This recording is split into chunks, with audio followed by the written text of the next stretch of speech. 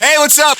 Back in the United States after Plus 44 touring Australia and Japan. Thank you to everybody for coming out to the shows. That was fun. Japan was amazing. I walked more in Japan than I've ever walked anywhere, ever. I learned the subway system. I went to the Tokyo Zoo. We went to Buddhist and Shinto shrines and temples. We played shows. We were on the bullet train. Thank you, Japan. You guys are awesome because I left my wallet on a train in Japan, and 3 days later, it was found. All my money was in it. All my credit cards were in it. It was all there. I'm an idiot. Thank you for watching my back, Japan. You're awesome. And good to be home. What up? Oh, yeah, Mr. Cocky. Mr. Cocky, my name's Chris Holmes, and I win. Yeah, I got a new fancy camera, but the important thing... Yeah, Chris Holmes, cocky jerk face. Cocky jerk face, Chris Holmes. Trying to win. You guys fell for it. A picture of me as the best photo? The people have spoken. That was a picture. My picture was so far superior to your lump of Mark Hoppus standing basking in the sunshine picture. If you can only see what you guys have done now. You guys encouraged him, so it's on you now. All right, one of my favorite CDs that's come out this year is by a band called The Format, who are awesome. My friend Adam said you have to check out this CD. I got the CD. It is amazing. It's a great CD. So we're going to interview The Format. We got Sam and Nate that we are going to call right now. I got notes and everything. I love this band. I want to do this right. I thought up questions. It's not like all my other interviews where I just call them and go, so you guys going on tour or something? So you guys like stuff? Songs? This is Nate. Sorry that we're late. We're just recording and we're running around. What are you recording? I'm recording a song for a kids compilation. What song? It's a new song that I guess we just wrote, and it's called Does Your Cat Have a Mustache? Oh, that's rad. Yeah, it should be exciting. It should be very childish, which is good for us. That's cool. So is it just you or Sam on the phone as well? Yeah. Hi, Sam. Hello, Mark. How are you doing today? I'm great. Does Your Cat Have a Mustache coming out? It's a little slow right now. What are you guys recording right this second? We're trying to get drum sounds right now. And do you guys play all the instruments? It's just you two guys, right, in the band? Well, we have 4 other guys that are with us doing stuff right now. It's all the guys that are on the road with us. But they're not part of the official band, right? Those are just touring friends of yours, touring musicians. I think we're gonna up it to where it's sort of everybody else. Like Sam and I definitely write the songs because it's really easy to work with just 2 people. But it's nice to have input once we start recording from a bunch of other musicians. And I feel like they pretty much deserve it anyways because they've been playing with us for so long. Right. Now, these guys that played on Dog Problems, or did you guys record that all yourself? We kind of did it, most of it ourselves. A couple of them did. Our bass player played a lot of the bass on it. Our guitar player played on a few songs. So. That's cool.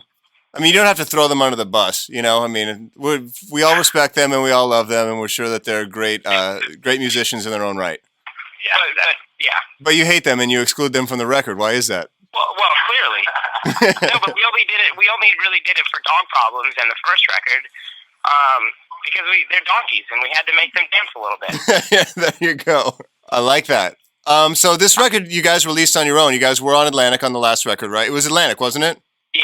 And then you guys got off of that label, and you've done this one all on your own, right? Yep, that's correct. So do you guys have your own studio, or did you guys rent a studio, or how did you guys go about the recording process? We don't have a studio yet. I think we're trying to build one, but we're trying to find a good place here in downtown Phoenix. And so right now we're just at this local studio that the guy from the lead singer of the Jim Blossoms owns. Oh, that's cool. Yeah, I'm throwing out as many names as possible. Hey, you should. Hey, by the way, speaking of throwing out names, how about working with Steve McDonald from Red Cross on your record? Loved it. Yeah, he was amazing. Did he wear gigantic red bell bottoms and a floppy 70s hat in the studio every day?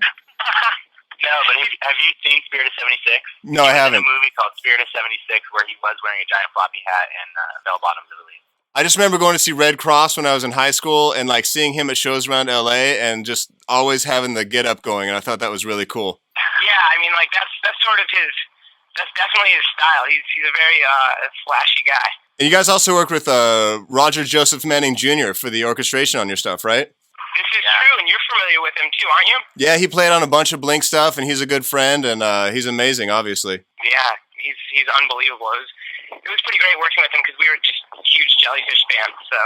And so he dealt with all the orchestration stuff. Did you guys use live strings and stuff like that? Yep.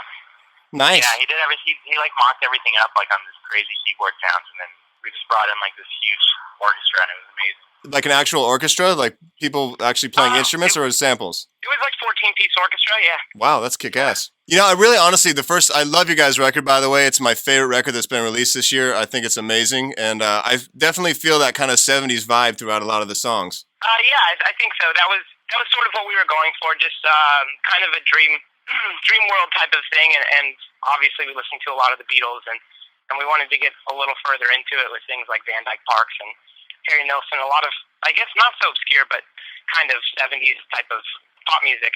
So, you guys release this on your own. How does doing it on your own and not having a label support you compare with having a label support you? Is it preferable? Because it kind of seems like this is the direction that a lot of the music industry is going, is bands are just doing it on their own. Yeah, I'd say it's definitely preferable for us just because the main thing that we wanted was just creative control and be able to do whatever we wanted to do in the studio. So on that aspect, it's amazing, but it's definitely a little bit more work. Luckily, we have a really cool management company that helps us with a lot of it. Mm-hmm. But we have to make a lot of important decisions and stuff like that, which still kind of gets in the way. But I'd say it definitely isn't remotely close to being as bad as being on an actual label. So you guys are about to head out on tour across just pretty much the East Coast of the U.S. Why do you hate the West Coast? What's up? Because we're from the West Coast, and it's just it's hot. It's disgusting. Is there birds outside? Are you guys in a aviary or something? Yeah, there are birds everywhere. I can actually hear that. I'm about 20 feet away from Nate. I can hear the birds that are by him right now and the birds that are by me. Is that did the dude from the Gin Blossoms buy those birds and import them just to?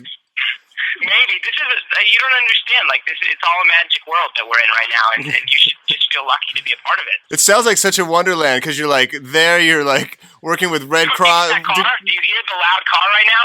No, I don't hear a loud car. Somehow the dream world just disappeared. I'm gonna hide behind some industrial building. All right, it's safe. Okay. So when you guys have 3 videos out right now for your album. You have a video for Dog Problems, for The Compromise, and for She Doesn't Get It, right? Yes. How involved were you with the creation of all those videos? The first 2, which I think that we really like, that we're barely in, we kind of had nothing to do with it. We just got the treatments from this awesome small company called Nylon Motion, and they just deal a lot with the computer animation of things. And so we wanted stuff that was very childlike, mm-hmm. And so I feel like the first 2 videos were a lot like that. And then for She Doesn't Get It, we felt like we were just getting treatments that we weren't really happy with. So we decided to write something, and now we're in the video, and we don't really like it that much. You don't like the video? I just don't like being in a video. The idea of being the center of a video. I don't necessarily feel like you guys are the center of that video. You guys are more like the band playing the high school dance, you know? This is true. That's how we wrote it. So how soon till you guys leave? It was good. It was something that was just, it took a lot of getting used to, and obviously, clearly shooting a video and spending money and time doing something just seems so weird when a song like She Doesn't Get It was written in I don't know, an hour and recorded in a couple of days, and yet there's all these cameras and all these crazy things happening around the video, not so much the song. Right. But I think the best songs are the songs that kind of write themselves just like that. You write the song in an hour, and that's my favorite song in your guys' album. I think it's an amazing track. Thanks. I mean, I agree, definitely, the songs that write themselves, and we have a hard time with that, just because I always like to try and throw as many curveballs as possible. Mm-hmm. And sometimes you just have to go with what's natural. And give the baby its bottle, Steve McDonald would say. Yeah, so Steve McDonald would say, you got to give the baby its bottle. Is that his saying? Yeah, I think that was an actual quote for one of the songs. So, who are you guys touring with when you guys leave here in a few days? We're touring with Gutster. Oh, okay. So it's all going to be college shows, which will be exciting, doing that thing. And then after that, I think we're going to take a little bit of time off, and then we're doing a DVD, and then touring ourselves this summer. That's awesome. And people can actually check out acoustic versions of your songs and videos and download avatars and banners and all kinds of stuff like that from the living room section of your website, correct? Yes, it's true. That's what I did. Hey, that's what I did. I downloaded the acoustic versions, and I listened to them in my car. You're so good. And I got the email saying that you guys were filming a DVD in Los Angeles. This is true. So does that mean that you will be there? I'm gonna go and I'm gonna try and like sneak into a bunch of the shots and wave at the camera. That'd be amazing. I'm gonna dress up in a like a beanie and a striped shirt and be like, "Where's Waldo?" I would actually love that. I'm embracing that idea right now. Okay, cool. Do we get our chance to say, can I gush for a second? Is it my turn? Sure, go right ahead. Feel free. First band I was ever in, Blink-182 cover band. Nice. Yeah. That rules. Ask them how shockingly terrible it was. Yeah, it was pretty bad. What was the name of your band? Never Gonna Score. Awesome. Yeah, not quite. Not so good. I'm pretty sure we just tried to rip you guys off like every second. Well, that's a huge honor, man. Thank you very much. When you guys get to LA, we'll just sit and look at one another and compliment each other until we fall in love. I think I'll fall in love first, though. All right, you guys have a great time on tour, and thanks for the interview, and we will talk to you soon. All right, cool. Thanks a lot, Mark. Totally. I'll talk to you soon. All right, cool. Bye. Bye. What an awesome bunch of guys. The format. Check them out.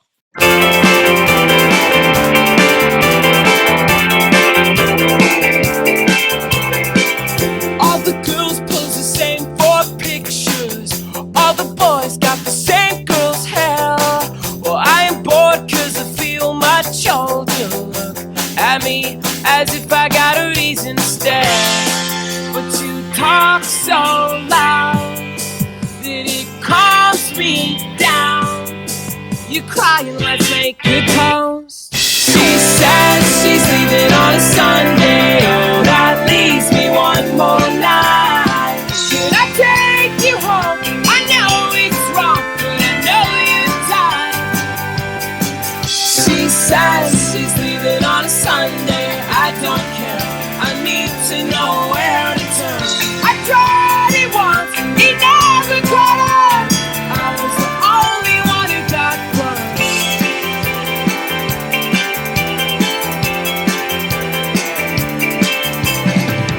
I've read every word you said, from a poster of a cat. 4 books look across your sofa. I thought your coffee table was more clever than that. It gets worse once we get to her room. She stops and she sings do do do do do do do do. I claim new religion's my song. She doesn't get it. It's all before she was born. And you lock your door like I've been here before. I feel like I've seen a ghost. She says she's leaving on a Sunday. Oh, that leaves me one more night. Should I take you home? I know it's wrong, but I know you're tired. She says she's leaving on a Sunday. I don't care, I need to know where to turn. I tried it once, it never caught on. I was the only one who got burned. I was the only one who got burned.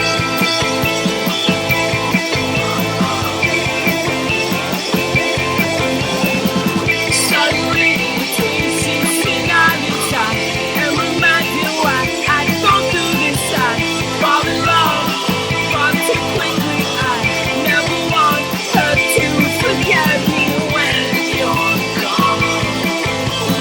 Will you come? Will you run? She says she's leaving on a Sunday. Oh, that leaves me one more night. Can I take you home? I know it's wrong, but I know you're tired. She says she's leaving on a Sunday. That leaves me one more night. Should I take you home? I know it's wrong, but I know you're tired. She says she's leaving on a Sunday. I don't care, I need to know where to turn. I tried it once, it never caught on. I was the only one who got burned. I was the only one who got burned. I was the only one who got burned. I was the only one who got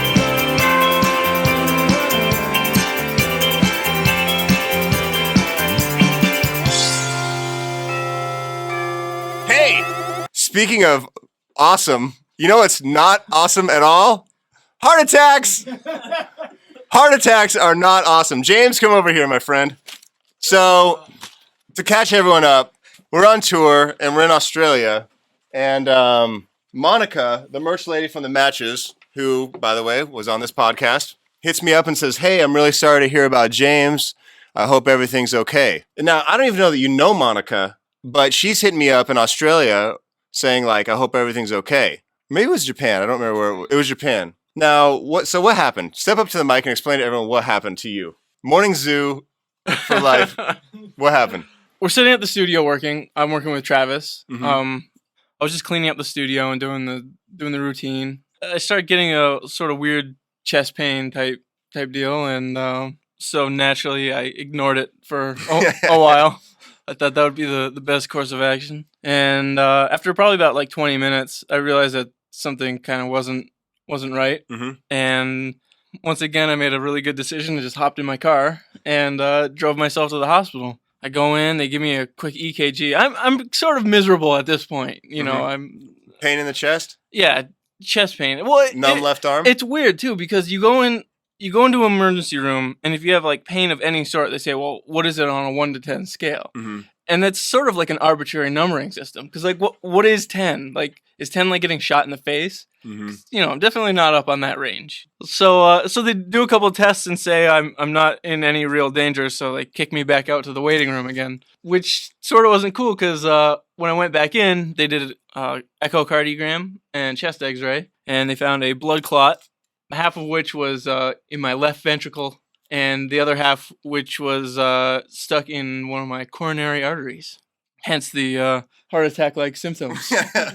Hey, the heart attack symptoms indicating a heart attack. Yeah. Well, it wasn't... You had a heart attack. You had a blood clot caught in your heart. I'm not a doctor, man. Don't make me explain. Can we post the EKG? Do you have have a copy of it? I have a copy of... they did a interesting story that goes along with this. Let's talk about yeah. I'll start at the end of this story for you. How about that? They did this procedure called an angiogram, which is they take a little tube that's got like dye in it that they can use to take pictures of your blood flow, see where the stoppages are. Right. I've got a picture of that. Okay. What they do is they take this. It's a long little tube, and they cut it into your femoral artery, major vein that leads straight up to your heart. Okay. So it's easy to maneuver a little tube through. Right.